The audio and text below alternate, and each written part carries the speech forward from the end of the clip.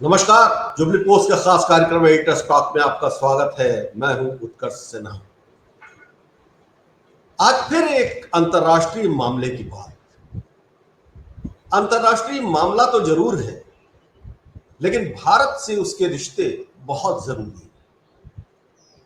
आजकल माहौल ठीक नहीं है। भारत को सबसे ज्यादा समस्या अपने पड़ोसियों के साथ है।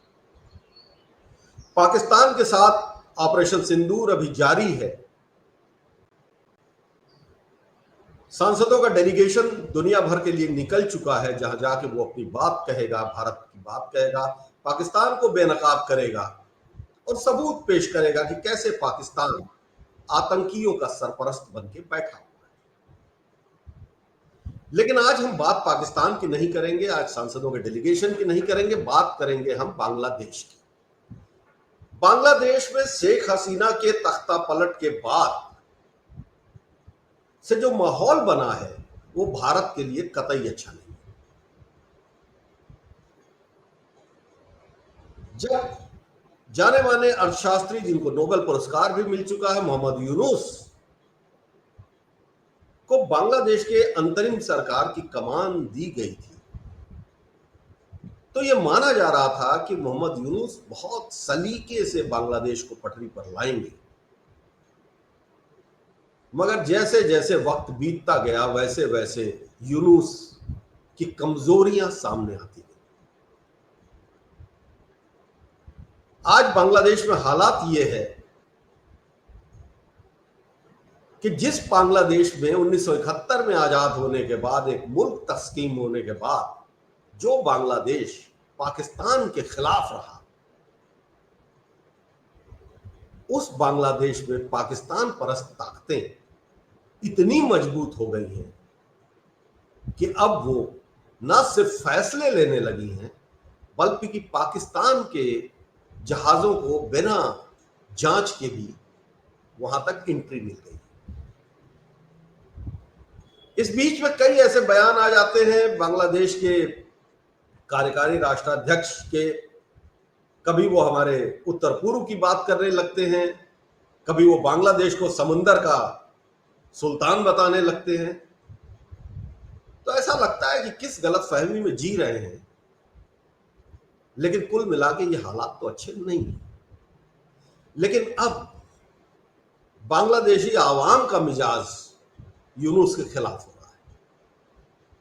सबसे पहले तो जो स्टूडेंट मूवमेंट था, उसके लीडर ने गवर्नमेंट छोड़ी, अपनी पॉलिटिकल पार्टी बनाई। शेख हसीना की आवामी लीग के ऊपर तो ऐसे प्रतिबंध लगा दिए गए हैं जिससे वो चुनावी राजनीति से बाहर हैं, और न सिर्फ चुनावी राजनीति से बाहर हैं बल्कि उसके नेताओं की या तो गिरफ्तारी सरकार करा रही है और या अराजक तत्व उनके घरों को निशाना बना रहे हैं। लेकिन इस बीच में एक डेवलपमेंट और हुआ, जब बेगम खालिदा जिया, जो पाकिस्तान की मेन अपोनेंट रही हैं और भ्रष्टाचार के आरोप बहुत लगे उनके ऊपर, उसके बाद वो इलाज के नाम पर लंदन बड़े दिनों तक रही, वो लौट आई।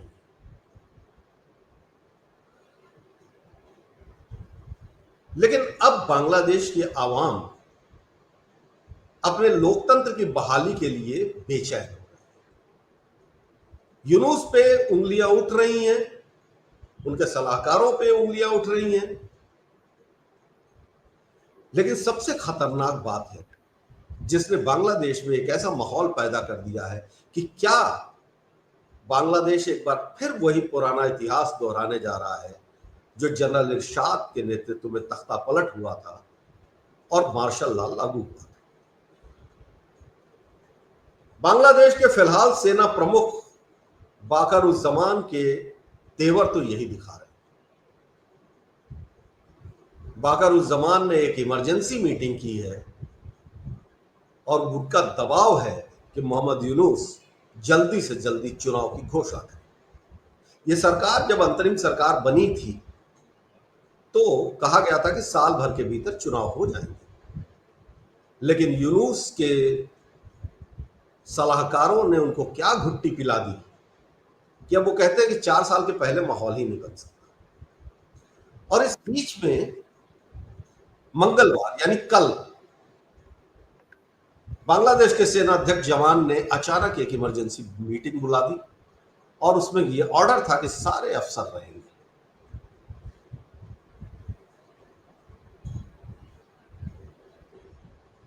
सूत्र ये बता रहे हैं कि ये मीटिंग जो हुई उसमें सबसे बड़ी चिंता थी बांग्लादेश में विदेशी हस्तक्षेप का बढ़ना।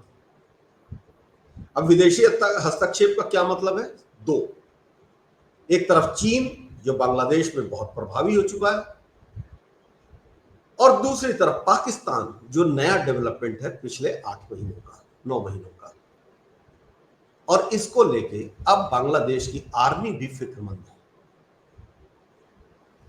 आर्मी का यह सोचना है कि यह हस्तक्षेप अगर जारी रहा तो देश अस्थिरता की तरफ बढ़ेगा। और यूनुस तो मानो विदेशी एजेंसियों की कठपुतली बन चुके हैं।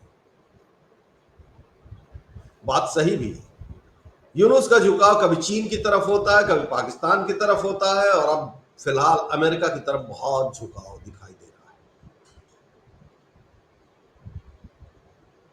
सेना की दूसरी बड़ी चिंता है कि यूनुस सरकार जिस तरह से मनमाने तरीके से कैदियों की रिहाई करने में लगी हुई है, और इनमें एक ऐसे कैदी भी कई हैं जो जब तख्ता पलट हुआ था उसके बाद अराजकता फैलाने के लिए गिरफ्तार किए गए, जिसमें हिंदू समाज पर हमला भी था, जिसमें शेख मुजीबुर रहमान की मूर्तियां तोड़ने की बात भी थी। वो गिरफ्तार किए गए, लेकिन अब उनकी रिहाई चल रही है। और सबसे बड़ी बात, बिना सेना की सहमति के, बिना सेना से बातचीत किए हुए एक राष्ट्रीय सुरक्षा सलाहकार की नियुक्ति भी यूनुस साहब ने कर दी, और यहां से सेना के कान खड़े हो गए।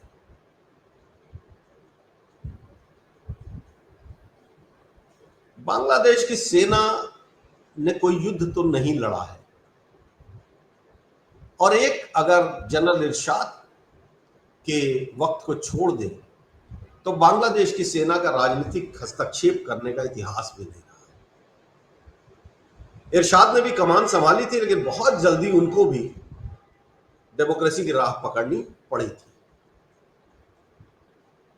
क्योंकि बांग्लादेश के बंगाली लोग डेमोक्रेटिकली बहुत स्ट्रांग है। और जो शेख हसीना के खिलाफ अनरेस्ट पैदा भी हुआ था वो उनकी तानाशाह में बदलती हुई कार्यशैली की वजह से हुआ। हालांकि विदेशी ताकतों के हाथ का भी कई लोग जिक्र करते हैं, मगर जब तक लकड़ियां सूखी नहीं होती कोई आग नहीं लगा सकता है, ये बात भी ध्यान में रखनी चाहिए। अब वहां की सिविल सोसाइटी भी चिंता में है, और बांग्लादेश की सिविल सोसाइटी का भी ये मानना है कि चुनाव तो जल्दी से जल्दी हो जाने चाहिए, क्योंकि ये सरकार अंतरिम थी, टाइम बाउंड थी। मगर अब तो ऐसा लग रहा है कि ये अंतरिम सरकार कुर्सी से चिपक ही गई है। यूनुस निर्वाचित भी नहीं है और उनके पास कोई जनादेश भी नहीं है, फिर भी उन्होंने बांग्लादेश की राजनीति में बड़े महत्वपूर्ण बदलाव कर दिए।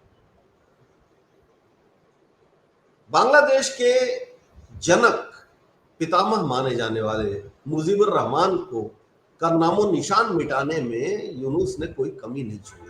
उनके नाम की बिल्डिंगें हों, संग्रहालय हों, वो सब, उनकी मूर्तियां हों, वो सब कुछ। अब एक तरफ यूनुस है और दूसरी तरफ जमान। वाकरुल जमान की समझदार व्यक्ति की छवि है, और वो काफी हद तक भारत को भी समझते हैं। भारत के लिए उनके मन में कोई दुराग्रह नहीं है, भारत के लिए उनके मन में कोई ऐसी बात नहीं है, और मिजाज के तौर पर भी वो एक तानाशाह नहीं है, क्योंकि अगर वो तानाशाह होते तो वायुसेना का विमान शेख हसीना वाजिद को नहीं मिलता जिससे वो भारत आ सके। सेना ने शेख हसीना को बांग्लादेश से निकलने में मदद की थी, ये भी एक ऐतिहासिक सच है। जमान की दूसरी खास बात यह है कि वो कट्टरपंथ के खिलाफ है।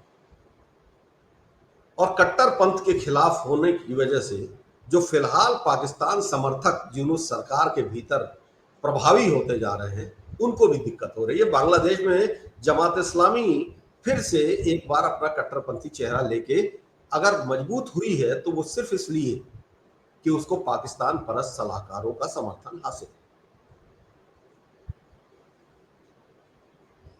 तो अब यूनुस और बांग्लादेश की सेना के बीच में टकराव बिल्कुल आमने सामने का हो गया है। कल की इमरजेंसी मीटिंग के बाद अब ये दबाव कितना बढ़ता है, अंतर्राष्ट्रीय राजनीति की गोटियां किस तरह खेली जाती हैं, ये आने वाले कुछ दिनों में साफ हो जाएगा।